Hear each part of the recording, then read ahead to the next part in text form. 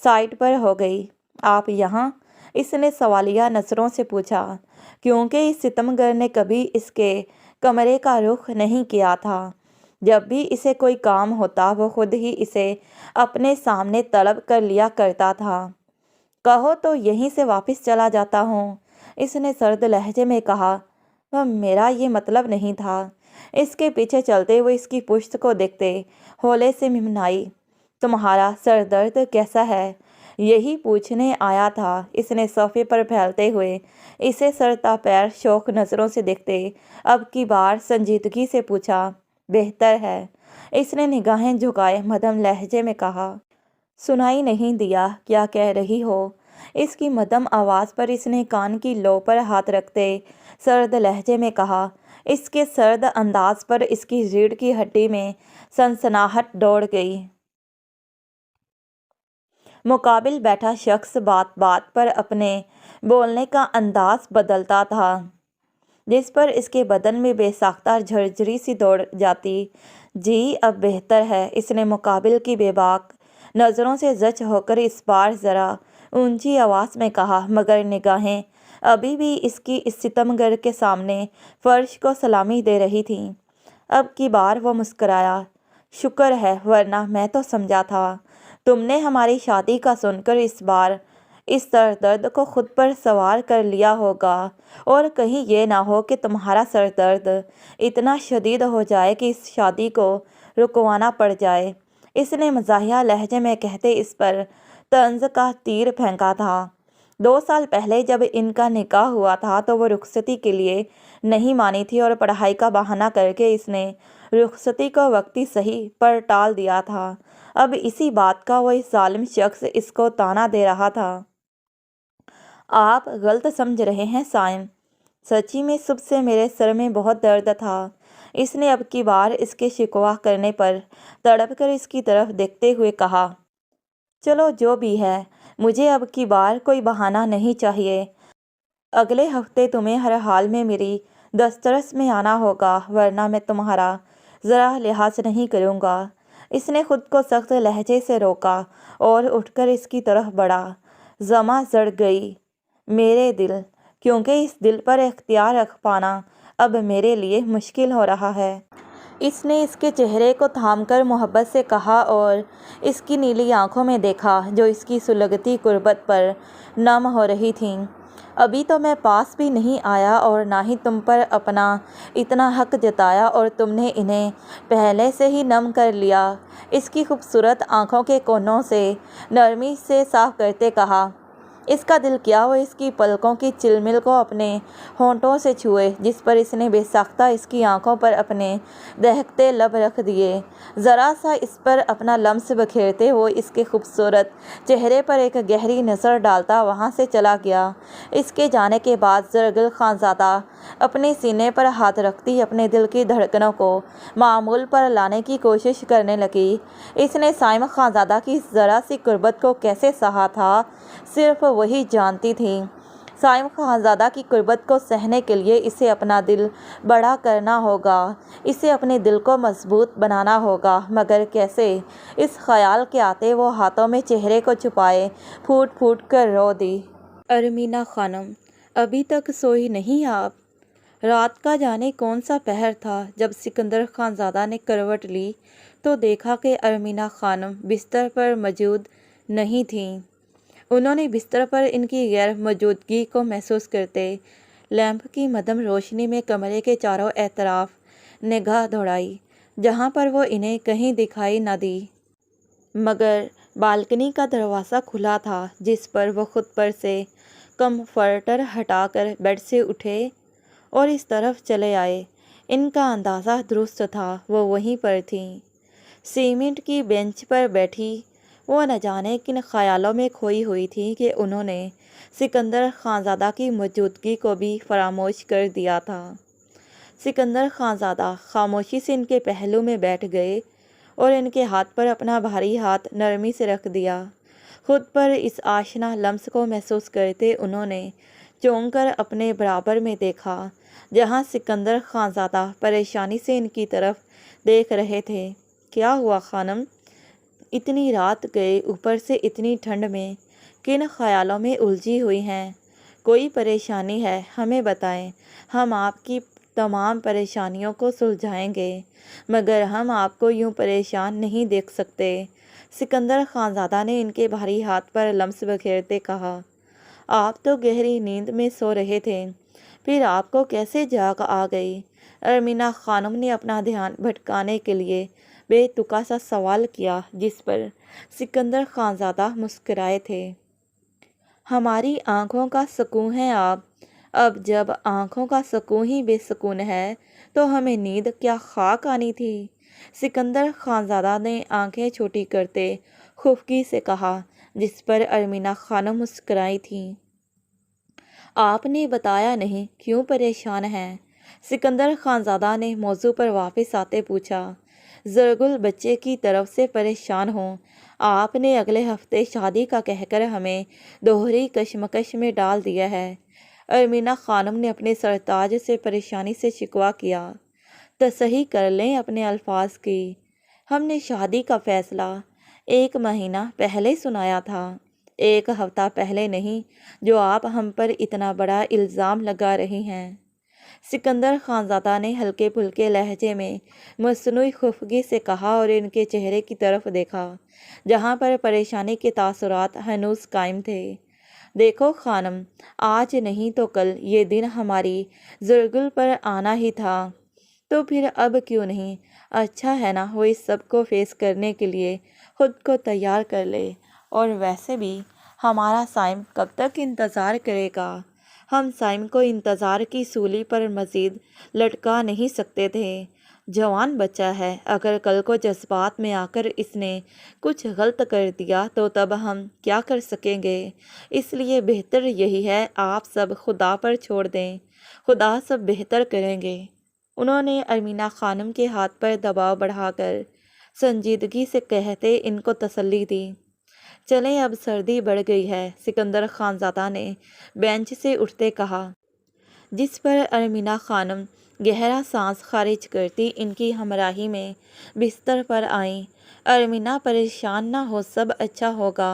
ارمینا خانم کے بالوں میں نرمی سے انگلیاں چلاتے سکندر خانزادہ نے نرم لہجے میں کہا، جس پر وہ اثبات میں سر ہلاتی آنکھیں موند گئیں۔ یہ ان کے نرم لمس کا اثر تھا یا نرم لہجے کا کہ وہ تھوڑی ہی دیر میں ان کی پناہوں میں آتی، نیند کی گہری وادیوں میں گم ہو گئیں۔ سکندر خانزادہ نواب خان گاؤں کے سردار تھے۔ ان کی سرپرستی میں کئی گاؤں کی زمینیں آتی تھیں جن پر ان کی سرداری قائم تھی۔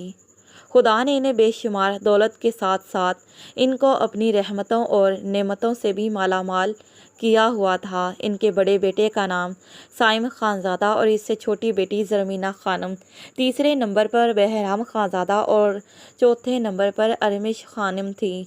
سکندر خانزادہ کے چھوٹے بھائی کا نام شیر خانزادہ تھا۔ اس کی 2 بیٹیاں تھیں، بڑی بیٹی کا نام حور خانزادہ تھا، جبکہ اس سے چھوٹی لڑکی کا نام زرگل خانزادہ تھا۔ شیر خان کی دونوں بیٹیوں میں 1 سال کا وقفہ تھا، اسی لیے دونوں ایک ہی اسکول میں ایک ہی کلاس میں اکٹھے پڑھتی تھیں۔ یہ ان دنوں کی بات ہے جب کالج کے پیپر دے کر وہ واپس آ رہے تھے، جب دشمن قوم کے سردار نے ان پر حملہ کر دیا تھا۔ وہ ان کی زمینوں پر ناجائز قبضہ کر کے ان کی زمینوں کو ہتھیانا چاہتے تھے، مگر شیر خانزادہ اور سکندر خانزادہ انہیں موقع نہیں دے رہے تھے، جس پر آج انہیں موقع مل گیا سکندر خانزادہ اور شیر خانزادہ سے اپنی دشمنی نبھانے کا۔ گاڑی پر گولیوں کی بوچھاڑ جاری تھی۔ حور کی چیخیں نکلی تھیں، مگر اس کے باپ نے حور کو خاموش ہونے کا اشارہ دیا تھا۔ حور نے اپنی چیخوں کا تو گلا جیسے تیسے گھونٹ لیا، مگر زرگل کی چیخوں کو روکنے کے لیے اس نے زرگل خانم کے منہ پر ہاتھ رکھ دیا۔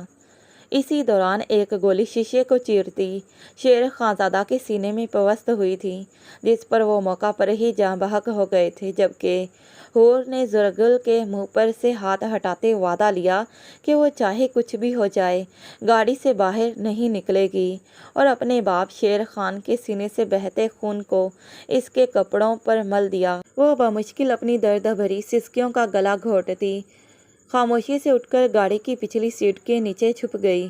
اس کا دھان پان سا وجود گاڑی کی سیٹ کے نیچے چھپ گیا تھا۔ ان کی گاڑی کے شیشے بلیک تھے، اس لیے گاڑی میں بیٹھے پتہ نہیں چلتا تھا کہ گاڑی میں کتنے آدمی بیٹھے ہوئے ہیں۔ دشمنوں کو یہ تاثر دینے کے لیے کہ گاڑی میں شیر خان اور اس کے سوا کوئی نہیں ہے، وہ گاڑی کا دروازہ کھولتے باہر کو بھاگی تھی تاکہ زرگل خانزادہ سے ان سب کا دھیان ہٹ جائے۔ کرم داد نے ڈرائیونگ سیٹ پر موجود شیر خانزادہ کے سینے سے بھل بھل بہتے خون کو دیکھا تو اپنی جیت پر فخر سے مسکرایا تھا، اور پھر اس کی نظر گاڑی سے بھاگتی حور پر پڑی تھی تو وہ خباثت سے مسکرا اٹھا۔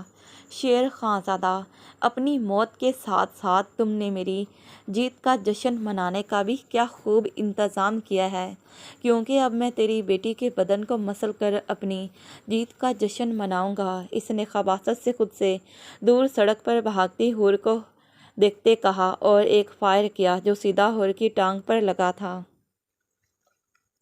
گولی لگنے پر وہ لڑکھڑا کر سڑک کے بل کھردری زمین پر گری تھی۔ اس کی ایڑیاں اور کوہنیوں سمیت بازو کھردری سڑک پر گرنے کی وجہ سے چھل گئے، مگر وہ اپنے درد کو بھلائے اٹھی اور بھاگنے کی کوشش کرنے لگی۔ ابھی وہ چند قدم ہی چلی تھی کہ اپنی ٹانگ پر لگنے والے دوسرے فائر پر وہ سنبھل نہ سکی اور ایک بار پھر سے منہ کے بل سیدھا کھردری زمین پر گری تھی۔ کرم داد آگے بڑھتا، اس کے منہ کو دبوچ کر اس کو سیدھا کرتا، اس کے چادر میں چھپے وجود کو چادر سے الگ کرتا، اس کے نازک وجود کو بے دردی سے روندنے لگا۔ اس کی درد بھری چیخوں سے سنسان سڑک کی فضا کانپ اٹھی تھی۔ اپنی ہوس کو مٹانے کے بعد وہ اس کے بے جان وجود کو حقارت سے دیکھتا حور سے الگ ہوا اور اپنے ساتھیوں کو لیے جیت کے نشے میں سرشار اپنی اپنی گاڑیوں میں بیٹھتے وہاں سے نکلتا چلا گیا۔ دوسری طرف کرم داد، جو اپنی جیت کے نشے میں چور زرگل خانزادہ کی موجودگی کو محسوس نہ کر سکا، زرگل خانزادہ اپنی بہن کی ان درد بھری چیخوں کی پرواہ نہ لاتے کب بے ہوش ہوئی اسے پتہ نہ چلا۔ ہوش جب آیا تب اس نے خود کو ہسپتال کے بستر پر موجود پایا۔ اسے پورے 1 ہفتے بعد ہوش آیا تھا۔ اسے گہرا صدمہ پہنچا تھا۔ اس نے ہوش میں واپس لوٹتے سب سے پہلے حور کا پوچھا تھا، جس پر وہ نظریں جھکا گئیں۔ اسے انہونی کا احساس ہوا۔ اس کے بے تحاشا اصرار پر جب زرلش خانم نے بتایا کہ ان دونوں کی تدفین ہو چکی ہے تو وہ اپنی ماں کے سینے سے لگتی دھاڑیں مار مار کر رو دی۔ زرلش خانم اور ارمینا خانم سے اس کو سنبھالنا مشکل ہو گیا تھا۔ ارمینا خانم اس سے پہلے کہ وہ ڈاکٹر کو بلاتی جب وہ بے ہوش ہو کر ان کی باہوں میں جھول گئی تھی۔ ڈاکٹر نے بتایا ان کا نروس بریک ڈاؤن ہوا ہے اور کوشش کیجیے گا کہ آئندہ ان کے سامنے اس حادثے کا ذکر نہ ہی کریں تو بہتر ہے، ورنہ وہ پھر سے پینک ہو سکتی ہیں۔ کئی گھنٹوں کے مسلسل علاج کے بعد زرگل کو ہوش آیا اور طبیعت سنبھلتے ہی اس کو ڈسچارج کر دیا گیا۔ حویلی کی فضا میں غم کے بادل چھائے ہوئے تھے۔ شیر خانزادہ اور حور خانزادہ کی موت پر حویلی والوں پر سوگواری کی کیفیت پہلے دن کی طرح قائم تھی۔ سکندر خانزادہ اپنے بھائی اور بھتیجی کو بے آبرو کرنے والے کو موت کے گھاٹ اتارنے کے لیے بے چین تھے۔ ان کے دن رات اسی سوچ میں گزر رہے تھے کہ کب انہیں موقع ملے اور وہ اپنے دشمن پر وہ گھاتک وار کریں کہ ان کا دشمن ان کے سامنے دوبارہ سر اٹھانے سے پہلے 100 بار سوچے۔ انہیں یہ موقع ملا بھی تھا۔ انہوں نے سب سے پہلے تو کرم داد کی عیاش فطرت کو پنچایت میں لا کر اس کی ساکھ کو خراب کیا اور پھر اس کے فارم ہاؤس پر حملہ کیا جہاں وہ موقع پر موجود تھا۔ سکندر خان نے اپنی بندوق کی ساری گولیوں کا بارود اس کے سینے میں بھر دیا اور انہوں نے یہاں پر ہی اکتفا نہیں کیا بلکہ ہاتھ مار کر اس کی آنکھیں نکال لیں، جن آنکھوں سے کرم داد نے ان کی بھتیجی کو ناپاک نظروں سے دیکھا تھا، اور پھر ان ہاتھوں کو اس کے وجود سے اکھاڑ پھینکا تھا جن غلیظ ہاتھوں سے اس نے ان کی بھتیجی کو چھوا اور پاؤں کو کاٹ دیا، جن کی وجہ سے اس نے چل کر سکندر خان کی بھتیجی کو اپنی ہوس کا نشانہ بنا کر موت کے گھاٹ اتار دیا۔ اسے بے رحم موت دینے کے بعد سکندر خانزادہ اپنے بیٹے کے ساتھ وہاں سے نکل گیا۔ ان کے فارم ہاؤس کی حدود سے دور جاتے ہی پورا فارم ہاؤس دھماکوں کی آوازوں سے لرز اٹھا تھا۔ اس واقعے کو ہوئے اب 2 سال گزر چکے تھے۔ حویلی میں آہستہ آہستہ غم کی دھند بھی اب چھٹ چکی۔ وہ سب آہستہ آہستہ ہی سہی مگر اب اپنی اپنی زندگیوں کی نارمل روٹین کی طرف لوٹ آئے تھے۔ ایک وجود نہیں لوٹا تھا تو وہ محض زرگل خانزادہ تھی۔ سکندر خان نے کچھ ماہ پہلے سائم خانزادہ اور زرگل خانزادہ کی شادی کی بات چلائی، کیونکہ ان دونوں کا نکاح تو شیر خانزادہ کی زندگی میں ہی ہو چکا تھا، اب تو بس رخصتی ہونا باقی رہ گئی تھی۔ مگر زرگل نے پڑھائی کے بہانے اس شادی سے فرار ہونا چاہا۔ سکندر خانزادہ اس کے پینک ہونے پر سمجھ گئے کہ وہ ابھی بھی اس حادثے کی زد میں ہے، اسی لیے وقتی طور پر اس کی حالت کو دیکھتے انہوں نے خاموشی اختیار کر لی۔ اب 1 سال بعد انہوں نے حویلی میں پھر سے اپنا وہی فیصلہ سنایا تھا، جس کو سن کر زرگل خانزادہ کا وجود اس واقعے کی شدت کو یاد کرتے پھر سے کانپ اٹھا تھا۔ اس کے نزدیک شادی کا مطلب سائم خانزادہ کو اپنا آپ سونپنا، جس کے لیے وہ چاہ کر بھی خود کو تیار نہیں کر پا رہی تھی۔ اس نے اب کی بار تو کچھ نہیں کہا، بس سکندر خانزادہ کے فیصلے کو سن کر خاموشی سے کھانے کی پلیٹ کھسکا کر اپنے کمرے میں چلی گئی۔ زرلش خانم نے بات سنبھالتے کہا، لگتا ہے شرما گئی ہے سکندر لالا، اس بار میں چاہتی ہوں آپ زرگل کی نہ سنیں، صرف اپنا فیصلہ سنائیں، کیونکہ ان کا کہنا تھا کہ اگر وہ یہ سب فیس نہیں کرے گی تو کیسے اس ٹراما سے باہر نکلے گی جس سے وہ سب اس کو باہر نکالنا چاہتے تھے۔ سکندر خانزادہ نے اپنی بھابھی کی اس بات سے اتفاق کیا اور یوں ان دونوں کی اگلے مہینے کی 25 کو شادی کی تاریخ طے کر دی گئی، تاکہ زرگل خانزادہ اس مختصر عرصے میں خود کو ذہنی طور پر اپنی رخصتی کے لیے تیار کر لے۔ مگر جوں جوں شادی کے دن قریب آ رہے تھے، اس کے سر کا درد تھا کہ بڑھتا ہی جا رہا تھا۔ اس کے سر میں شدید درد رہنے لگا تھا، مگر وہ یہ بات بتا کر کسی کو پریشان نہیں کرنا چاہتی تھی۔ اس دن اس کا درد برداشت سے باہر تھا، جس کی وجہ سے اس نے پہلے تو اپنی ماں کو منع کر دیا، مگر جب ارمینا خانم خود چل کر اس کے کمرے میں آئی تو ان کے سامنے اس نے یہ کہتے منع کر دیا کہ اس کے سر میں درد ہے، وہ آج کھانے کی ٹیبل پر نہیں آ سکے گی۔ ارمینا خانم نے اس کا کھانا اس کے کمرے میں بھجوا دیا تھا اور اس کو دوا کھلا کر اس کو سونے کا کہتی کمرے سے باہر نکل آئیں۔ یہ دوپہر کا منظر تھا جب سکندر خانزادہ آرام کرنے کی غرض سے مردان خانے سے اٹھ کر اپنے کمرے میں چلے آئے، اور سائم خانزادہ ابھی تک زمینوں پر گیا ہوا تھا، اسی لیے صرف بہرام خانزادہ مردان خانے میں موجود تھا۔ جب مردان خانے کے باہر اس کے کانوں میں اپنے ملازم کے ساتھ بحث کرتے کسی کی نسوانی آواز سنائی دی۔ وہ شاید مردان خانے کے دروازے سے دور کھڑے تھے، اس لیے وہ اس آواز کو پہچان نہیں سکا، مگر اسے غصہ آیا کہ آخر اس کا ملازم کیوں ایک لڑکی سے اتنی بحث کر رہا ہے۔ وہ چلتا ہوا مردان خانے کے دروازے سے باہر آیا تو ملازم بہرام خانزادہ کو دیکھ کر خاموش ہو گیا، جبکہ اس لڑکی کی بہرام خانزادہ کی طرف پشت تھی۔ اس نے جو ہی بہرام خانزادہ کی طرف مڑ کر دیکھا تو بہرام خانزادہ کو اس کے اس بے باک حلیے میں دیکھ ایسا لگا جیسے اس کی آنکھوں میں کسی نے مرچیں بھر دی ہوں۔ خان، تم جاؤ یہاں سے، اس نے سرد لہجے میں کہہ کر ملازم کو وہاں سے جانے کا حکم دیا، اور ایک ہی جست میں اس تک پہنچا تھا اور اپنی آنکھوں میں آگ کے شعلے لیے وہ اس کو دبوچے مردان خانے میں لے کر آیا تھا۔ کیوں آئی ہو یہاں پر، جب کہہ چکا ہوں میرا تم سے کوئی لینا دینا نہیں، اس نے اس کے بازو کو ایک جھٹکے سے چھوڑتے سرد لہجے میں پوچھا۔ خان، میں تم سے پیار کرتی ہوں، مانا کہ ہمارا نکاح مجبوری میں ہوا تھا، مگر میں تمہیں اپنی بیوی نہیں مانتا۔ اس کی بات کاٹ کر اس نے نخوت سے کہا، کیوں خان، ایسا کیوں کر رہے ہو تم میرے ساتھ، کیا کمی ہے مجھ میں؟ اس نے بھرائی ہوئی آواز میں اس کے کرتے کو جکڑ کر پوچھا۔ اپنا حلیہ دیکھو اور پھر بات کرو مجھ سے۔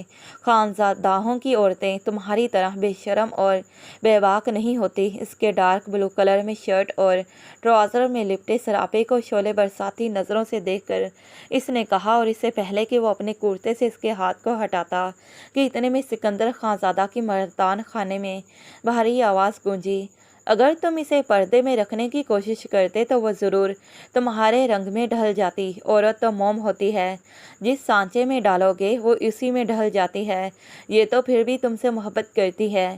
ادھر آؤ بہو، اس کو پیار سے بلاتے سکندر خان زادہ نے مشائم کو اپنے پاس بلایا اور نظریں نیچی کیے اپنے کندھے سے چادر اتار کر اس کی طرف بڑھا دی، جس کو شرمندگی سے ان کے ہاتھ سے لیتے اس نے اپنے سر پر اوڑھ لیا، اور پھر بہرام خان زادہ کی طرف خونخوار نظروں سے دیکھا۔ وہ تو مردان خانے میں اپنا موبائل بھول گئے تھے جو وہ اٹھانے آئے تھے۔ اب انہیں کیا پتا تھا کہ مردان خانے میں آ کر انہیں اتنی بڑی حقیقت معلوم ہو جائے گی۔ ان کا رواج تھا کہ وہ اپنے گھر میں آئی کسی بہن بیٹی کو خالی ہاتھ نہیں لوٹاتے تھے۔ وہ تو پھر بھی ان کے بیٹے کی بیوی تھی، اسے کیسے خالی ہاتھ جانے دیتے؟ بہرام خان زادہ ان کی گھوریوں پر اپنے نچلے لب کو کاٹتے ان کے سامنے سر جھکائے کھڑا تھا، مگر وہ بہرام خان زادہ سے بات میں نمٹنے کا ارادہ کر کے مشائم سے مخاطب ہوئے۔ محبت کرتی ہو ہمارے بچے سے؟ جی، اس نے لرزتے ہوئے جواب دیا۔ سکندر خان زادہ کا اس پر رعب ہی اتنا حاوی ہو گیا تھا کہ وہ چاہ کر بھی ان کے سامنے اپنی نظروں کو نہیں اٹھا پائی تھی۔ اگر تمہیں بہرام خان زادہ کی زندگی کا حصہ بننا ہے تو تمہیں خود کو ہمارے رسم و رواج کے مطابق ڈھالنا ہوگا، سکندر خان زادہ نے بھاری لہجے میں کہا۔ میں سچی میں آپ کے ہر ٹریڈیشن کو فالو کروں گی، میں پردہ بھی کروں گی، بس بہرام سے کہیں یہ مجھے طلاق نہ دے، مجھے چھوڑے مت۔ اس نے اپنی نیلی کانچ سی آنکھوں میں نمی لیے بھرائے لہجے میں کہا، جس پر سکندر خان زادہ نے غصے سے بہرام خان زادہ کی طرف دیکھا۔ بہرام خان زادہ، کیا کہہ رہی ہے ہماری بہو تم سے؟ اب اگر یہ تم سے ایسی ویسی کوئی بات پھر سے کرے تو ہمیں بتانا، اس کے بعد ہم جانے اور ہمارا کام جانے۔ مشائم بیٹے کو اب زنان خانے میں چھوڑ کر فوری ہمارے پاس آؤ، سکندر خان زادہ نے بہرام خان زادہ کی طرف دیکھتے رعب سے کہا، جس پر بہرام خان زادہ نے حیرت سے اپنے بابا کی طرف دیکھا کہ انہیں کیسے مشائم کے نام کا پتہ تھا۔ تمہارا باپ ہوں میں، اپنے بیٹوں سے زیادہ دیر غافل نہیں رہ سکتا، کیونکہ ہم اپنی ایک غفلت کا خمیازہ بھگت چکے ہیں، دوبارہ اپنی غفلت کو دہرانا نہیں چاہتے۔ انہوں نے تلخی سے سوچا، جاؤ، اتنی دیر سے آئی ہو، اسے آرام کرنا چاہیے۔ سکندر خان زادہ نے اس کی حیرت پر خفگی اور دکھ کے ملے جلے تاثرات سے کہا، جس پر وہ ان کے حکم پر سر ہلاتا مشائم کو لیے زنان خانے کی طرف بڑھ گیا۔ زنان خانے میں جب وہ مشائم کے ساتھ داخل ہوا تو حویلی کی سبھی عورتوں نے اسے بہرام خان زادہ کے پہلو میں کھڑے حیرت سے دیکھا تھا۔ ان کی حیرت کو مٹانے کے لیے بہرام خان زادہ پھر خود ہی بول پڑا، مورے، یہ میری بیوی مشائم ہے، بابا کا حکم ہے یہ آج سے ہمارے ساتھ رہے گی۔ اس نے ارمینا خانم کی حیرت بھری نظروں کے حصار میں سر کھجاتے کہا۔ اس کو ذرا پسند نہیں آیا تھا مشائم کا یوں حویلی چلے آنا، جو بھی بات تھی وہ اس سے اکیلے میں ڈسکس کر سکتی تھی، مگر یوں منہ اٹھا کر اس کی حویلی میں نہ آتی۔ اب بابا کے حکم کو نہ چاہ کر بھی اسے ماننا پڑے گا، یہی سوچ کر اس کی پیشانی کی رگیں پھولی تھیں۔ بہرام، یہ کیا کہہ رہے ہو تم؟ کب کیا نکاح تم نے اور ہمیں بتایا تک نہیں؟ ارمینا خانم نے مشائم کو دیکھتے حیرت سے پوچھا۔ مورے، بس کسی کی جان بچانے کے لیے میں نے اس وقت نکاح کیا تھا، مگر اب آپ بابا سے پوچھ لیجئے گا، بابا کو سب پتہ ہے۔ اس نے اپنی مورے کو بات کرتے آدھا سچ بتایا، اور اس سے پہلے کہ ارمینا خانم اس سے مزید کوئی سوال کرتی، جب اس نے جلدی سے کہا، بابا مردان خانے میں میرا انتظار کر رہے ہیں، میں چلتا ہوں۔ اتنا کہہ کر وہ ہوا کے جھونکے کی مانند غائب ہوا تھا۔ مورے، مشائم نے نرمی سے ارمینا خانم کا نام لیا، ماشاءاللہ، بہت پیاری لگ رہی ہو۔ اپنے سرتاج کی چادر میں چھپے اس کے خوبصورت چہرے کو دیکھ وہ اس کے پاس آ کر مشائم کے خوبصورت چہرے کی بلائیں لیتی بولی، مورے، مجھے یہاں کے ٹریڈیشن کیسے ہیں نہیں پتا، مگر پلیز مجھے ایسا بنا دیں جس سے بہرام صرف میرا ہو جائے اور اس کے دل سے مجھے چھوڑنے کا خیال نکل جائے۔ مشائم کو ارمینا خانم کے نرم لہجے سے کچھ تسلی ہوئی، جس پر وہ اس کا ہاتھ تھام کر التجائیہ لہجے میں بولی تھی۔ ارمینا خانم سمیت زنان خانے میں کھڑی سبھی عورتیں اس کی معصوم التجا پر بے اختیار مسکرائی تھیں۔ تم یہاں آ گئی ہو نا، تو سمجھ لو بہرام خان زادہ کو تم نے اپنا اسیر کر لیا۔ اس نے ناسمجھی سے ارمینا خانم کی طرف دیکھا۔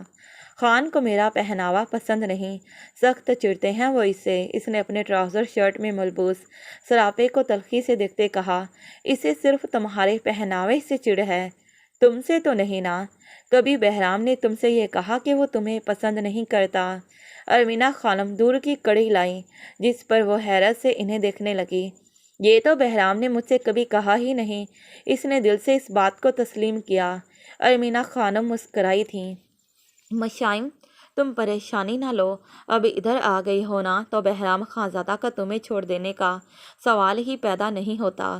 ارمش بیٹا، جاؤ بھابھی کو اپنے لالا کا کمرہ دکھا دو، اور مشائم باقی باتیں بعد میں ہوں گی، تم فریش ہو جاؤ، میں تمہارے لیے کھانا بھجواتی ہوں۔ ارمینہ خانم نے اپنی بیٹی سے کہا اور خود باورچی خانے کی طرف بڑھ گئیں۔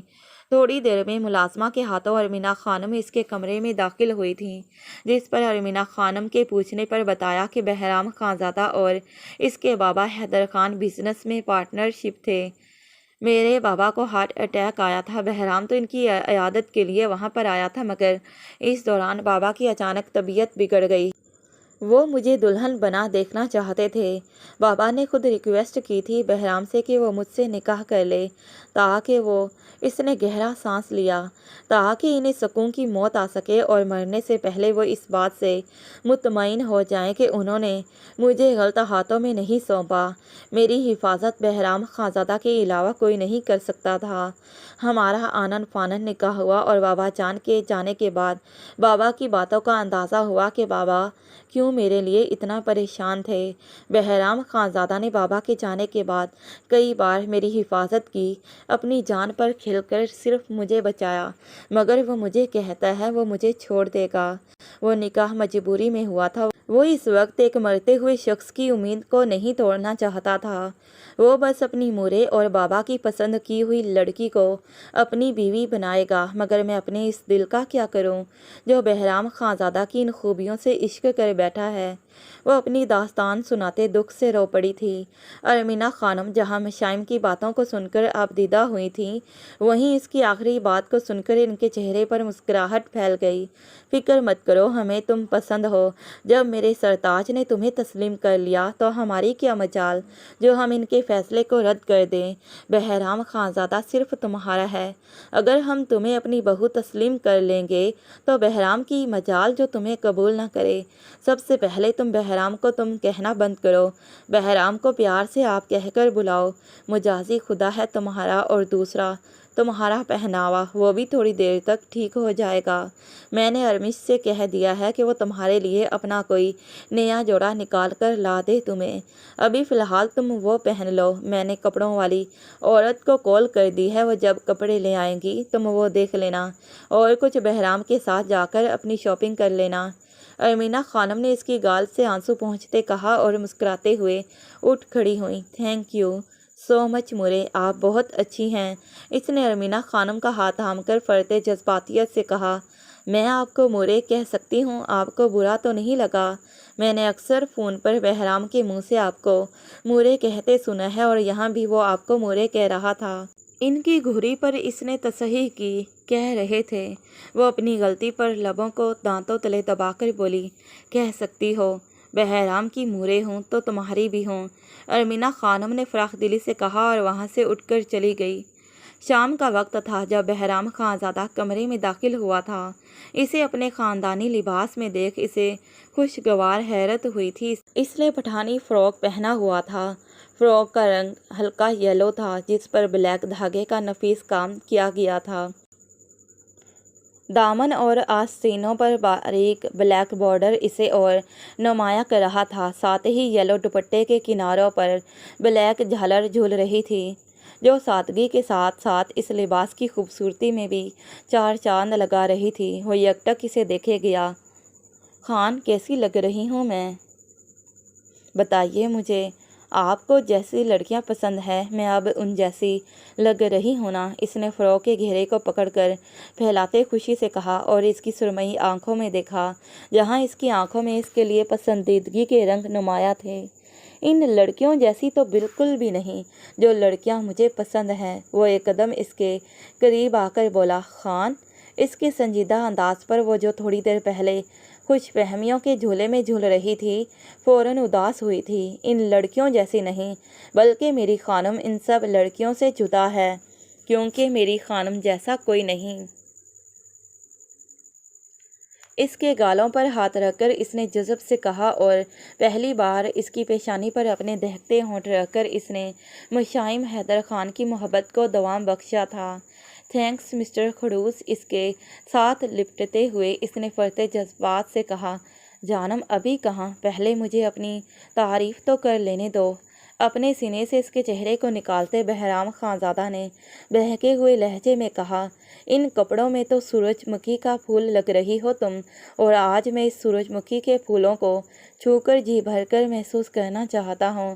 اس نے بے باکی سے کہہ کر اس کی گال سے اپنی گال کو مس کیا تھا، جس پر وہ شرماتے ہوئے اس کے سینے میں چھپ گئی، جبکہ بہرام خانزادہ ایک بے باک قہقہ لگاتے ہوئے اسے گود میں اٹھائے بیڈ کی طرف بڑھا تھا۔ وہ سونے کے لیے جوں ہی لیٹی جب اس کے دروازے پر دستک ہوئی تھی۔ اس نے دروازہ کھول کر دیکھا تو سامنے سائم خانزادہ کھڑا تھا۔ میری شرٹ پریس کر دو، مجھے اپنے دوستوں کے ساتھ شکار پر جانا ہے، اس نے مصروف لہجے میں کہا اور پلٹ گیا۔ تھوڑی دیر میں وہ اس کے کمرے کے باہر تھی۔